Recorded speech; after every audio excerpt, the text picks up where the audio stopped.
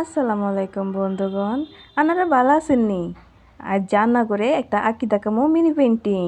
প্রথম হচ্ছে আমি আমার ক্যানভাসে জিসু অ্যাপ্লাই করে লমু, যাতে আমার পেন্টিংগুলো হচ্ছে করার সময় স্মুথ হইয়া যায়, বুঝছেন? এখন হচ্ছে আমার পেন্টিংয়ের যে বেসগুলো আছে এগুলো আঁকা লমু। প্রথম হচ্ছে মাইয়াটার মাথা আঁকা লইছি, তারপর হচ্ছে মাইয়াটার বড়িটা আঁকা লমু, বুঝছেন? মাইয়াটার বড়ি আঁকা লওয়ার সময় যে স্টেপগুলা আমি আঁকা লইছি ডিটেলস সহ, এগুলো সহ আঁকা লইবেন, নাইলে তো আর সুন্দর লাগতো না, বুঝছেন? এখন হচ্ছে পোলাটার মাথা আঁকা লমু। পোলাটার মাথা আঁকা লানোর পর ফুলাটার বড়িটা আঁকা লমু। আর মনে রাখবা যে বডি বর্ডার লাইন যেগুলো আছে সেগুলোতে ডিপ করে লাও।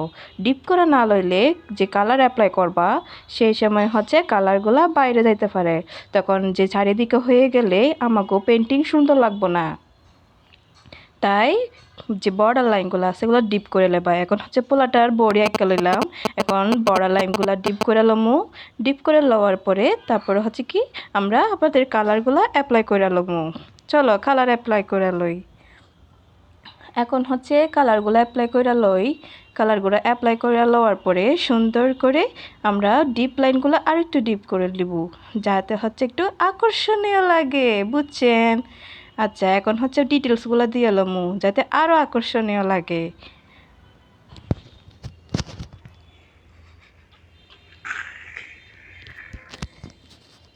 এখন হচ্ছে যে আমার চারিদিকে চলে গেছে কালার, এগুলো আর একটু বর্ডার করে লইয়া এগুলো মুচ্ছা লমু। এরপরে হচ্ছে যে বডি কালার আছে বডি কালারগুলো দিয়া লমু, যাতে মাইশের সুরত আসে, বুঝছেন নি?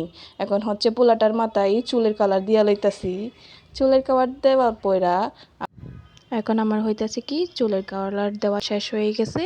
এখন আমি নিচের যে এলোমেলো হইয়া গেছে এগুলো হচ্ছে আমার জিসু এবং অ্যাক্রিলিক কালার দিয়ে যাতে আর একটু সুন্দর লাগে। আস্তে আস্তে মুচা লাগানোর পরে আমি হচ্ছে এখানে একটা কথা অ্যাড করবো, হচ্ছে আর একটু সুন্দর লাগে।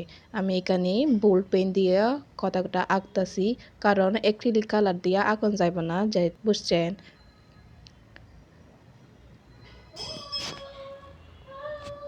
দেখেন আমার কতটা আঁকা শেষ হয়ে গেছে। এবার আমার পেন্টিংটা পুরো কমপ্লিট। এখন বলেন কেমন লাগছে আপনাগো? ভালো হইলে বলবেন।